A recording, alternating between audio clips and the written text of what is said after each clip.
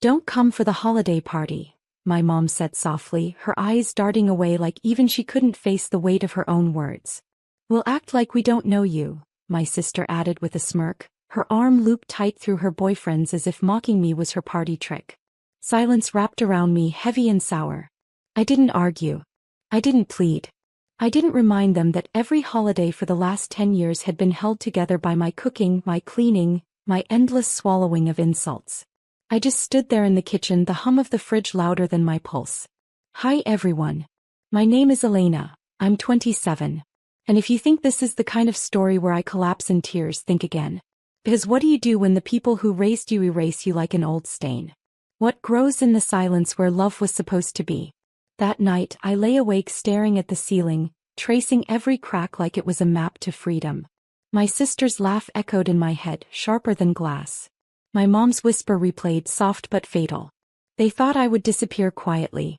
But here's the thing, quiet doesn't mean powerless. I didn't show up at the holiday party. I didn't send a text. I didn't even call. Instead, I did something else. Something that would make its way into their pristine living room like a shadow creeping under the door. When her boyfriend scrolled through his phone at the party, laughing with a beer in his hand, he froze. My picture filled his screen. Me standing in the city light, my arm wrapped around someone he knew far too well. His eyes went wide. His drink slipped. The laughter around him faltered. By midnight he was gone. By morning so was she.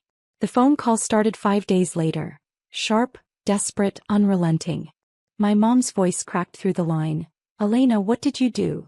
My sister screamed in the background, her sobs spilling like broken glass. I held the phone to my ear and let the silence stretch long enough for them to feel it. The same silence they gifted me. And that's when I smiled, because for once the silence wasn't mine to carry. If this ever happened to you, say, same in the comments.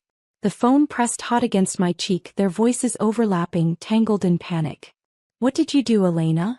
My mom asked again, her tone no longer soft but frantic, brittle like porcelain about to shatter. My sister's voice pierced through in the background, raw and jagged. You ruined my life. Do you even realize what you've done?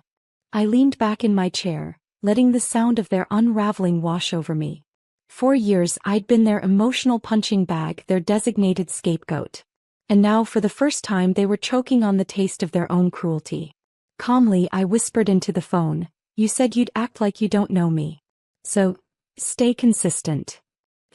I hung up. The silence that followed wasn't empty. It pulsed with power. For the first time I wasn't begging to be included. I wasn't scraping at the edges of their table for crumbs.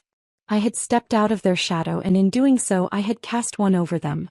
5 days had changed everything. My sister's boyfriend, ex-boyfriend now, had walked away without ceremony. He didn't block her, didn't scream. He just left. Cold, quiet, final. And everyone at the holiday party had seen it happen. They saw her crumble in the very room where she and Mom had laughed about not knowing me. That image was worth more than any revenge I could have scripted. But the calls didn't stop. 3 voicemails from my mom, each one more desperate than the last.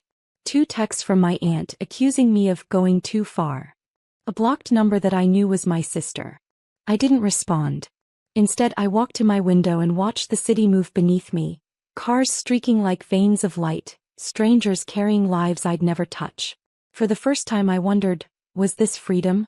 The ache in my chest told me it wasn't complete yet. Because revenge isn't just about making someone hurt. It's about balance. About restoring the weight they stole from you. And as much as my sister cried and my mom begged, I knew they hadn't felt the full measure yet. I whispered to myself, they wanted me invisible. Let's see how it feels when I'm unforgettable. And with that thought I began planning my next move. The next morning, sunlight cut through my blinds, sharp and golden. My phone buzzed again, 3 missed calls, 2 voicemails, and a long text from Mom that began with, Elena please. And ended with, you owe us an explanation. That word lodged in my chest like a splinter. For years I'd owed them everything. My time, my silence, my obedience. They cashed in on my kindness as if it were their birthright. But now they were demanding explanations they didn't deserve. I opened my laptop instead. A folder waited on my desktop, one I'd built over the years without ever knowing why. Screenshots of texts where my sister mocked me. Emails where mom compared me to her golden child. Photos from gatherings where I'd been the one behind the camera, never in the frame. A digital archive of invisibility. I dragged the folder into a new one and labeled it, proof. But this wasn't about posting it online, not yet. That would be too easy, too final. I wanted something slower, something they couldn't escape. A story they would have to live inside. I started small. I updated my social profiles, changing my pictures to the ones from my recent trip. Me smiling, surrounded by friends they didn't know existed. Me in places they'd never been invited to. Me radiant in ways they never allowed me to be. And then one subtle post. Not dramatic. Just a single photo. Me and someone very familiar. My sister's ex. The caption was simple. Unexpected company, better conversations. I didn't tag him. I didn't need to. Within an hour my aunt texted, "What are you doing, Elena?" By evening a cousin messaged, "Girl, your sister is losing it." I didn't reply. I closed my laptop, leaned back and let the tension coil tighter. Because this was just the opening scene. If they wanted me erased, I would write myself so boldly into their story that they'd choke on every word. And tomorrow the real unraveling would begin. The unraveling began sooner than I expected. By noon the next day my phone buzzed with a storm of notifications. Screenshots sent by distant relatives, group chats I was barely included in suddenly lit up with my name. My sister's rage had gone public. She wrote long, furious posts about betrayal, about fake people who smile in your face while stealing behind your back. She never mentioned me directly, but everyone knew. And the irony? For the first time in years they were all talking about me. I sat at a cafe window sipping coffee, watching the world move while hers collapsed. Then came the call I didn't expect, her ex. His voice was calm, almost too calm. "Elena," he said, "I didn't mean for things to blow up like this. But I'll be honest, your sister's mask slipped the night of that party. I saw her cruelty. I should have seen it sooner." His words weren't what shook me. It was the relief in his tone, like leaving her was a blessing he hadn't realized he needed. For years I had carried shame like it was stitched into my skin. But hearing him, it hit me. Maybe I wasn't the broken one after all. Maybe they were. So I didn't soften. This wasn't over. That evening I went through my folder again, selecting a few choice pieces. A message my mom once sent, "You should learn to be more like your sister." Another where my sister bragged about using me for money when she needed a quick fix. I didn't post them, yet. Said I printed them. Paper has weight. Paper can't be deleted. The holiday party had made me invisible. Now piece by piece I was making myself undeniable. When I tucked those printed pages into an envelope, sliding it closed with steady fingers, I felt the shift. The next chapter wasn't about proving myself. It was about holding up a mirror so they'd finally see themselves. And once they did, there would be no unseeing. I mailed the envelope on a gray Thursday morning. No note, no return address. Just their names scrawled in my steady handwriting. Each page inside carried pieces of the truth they had buried, every word a reflection of what they had done to me. By Saturday the silence shattered. My aunt called first, her voice low, urgent. "Elena, what did you send them? Your mom's been crying for hours. Your sister, she's furious. She says you're trying to ruin her." I almost laughed. Ruin her? I hadn't written a single lie. I hadn't added a word. I'd simply handed them their own sentences pressed in ink. It was never about creating a story. It was about reminding them that I was never blind to theirs. That night, I imagined their faces as they opened the envelope. Mom reading the words where she compared me to my sister like I was a half-formed shadow. My sister seeing her own texts where she admitted I was her safety net when she ran out of money. The beauty of truth is that it doesn't need to be shouted. It just sits there, heavy, undeniable. By Sunday I got another call. This time from my cousin. His voice carried something I hadn't heard before, respect. "You know, Elena, people always thought you were the quiet one. But I think you're the strongest. You didn't even need to yell. You just showed them." I hung up, staring at my reflection in the dark window. For the first time I saw myself not as the forgotten daughter, not as the overlooked sister, but as someone unshakable. And yet, the storm wasn't finished. Because revenge isn't just about confronting the guilty. It's about letting them sit in the echo of their own words. And I knew my sister wouldn't stay silent. She would strike back. And when she did, I was ready to let the world see who she really was. It didn't take long. By Monday morning, my phone lit up with notifications. My sister had gone nuclear on social media, long venomous posts filled with half-truths and outright lies. She painted herself as the victim, the betrayed sister, while describing me as jealous, manipulative, even unstable. Comments poured in from people who didn't know the whole story. Some believed her. Others, curious, started asking questions. Screenshots began circulating, ones she hadn't realized were already in my possession. I sat at my desk, scrolling through the chaos, and for a moment I almost felt pity. She was drowning, thrashing in the shallow water of her own lies. And the more she fought, the more she revealed. Then came the message that shifted everything. It was from her ex again. Just a single line: "If you need me to back you up, I will." I stared at it, my fingers hovering over the keys. I didn't reply. I didn't need to. His silence online spoke louder than her screaming posts. Every person who saw his absence of defense knew something wasn't right. By evening, a cousin posted publicly, "Funny how receipts always surface. Careful what you pretend didn't happen." And just like that, the tide turned. My inbox filled with quiet apologies, relatives admitting they didn't know how bad it had been. But I didn't answer them either. I walked to the mirror, studying my face in the dim light. For years I'd swallowed insults until they etched themselves into me. Now I watched as they fell away one layer at a time. My sister thought her rage would bury me.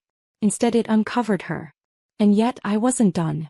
Because justice wasn't about watching her spiral.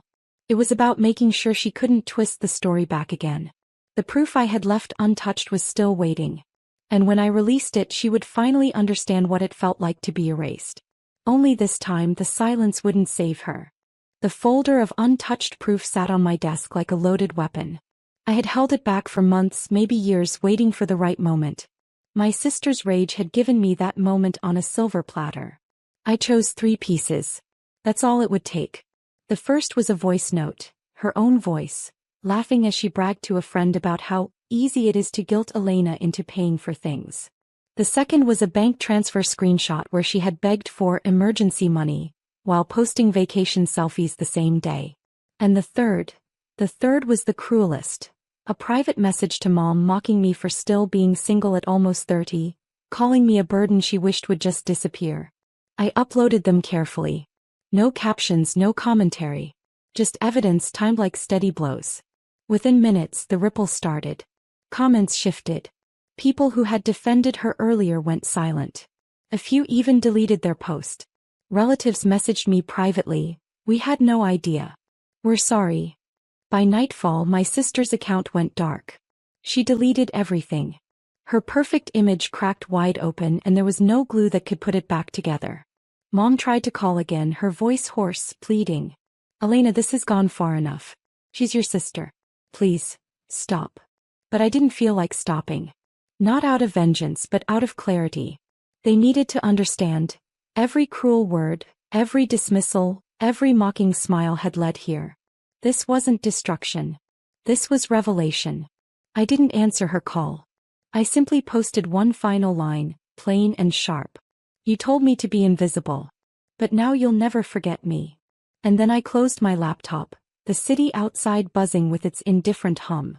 Tomorrow the silence would finally belong to me. The next morning the storm was quiet. Too quiet. No calls, no posts, no frantic messages lighting up my phone. For the first time in weeks, the digital world was still. I sat by my window, coffee in hand, waiting for the weight to return. But it didn't. Instead, something lighter settled in like air after rain.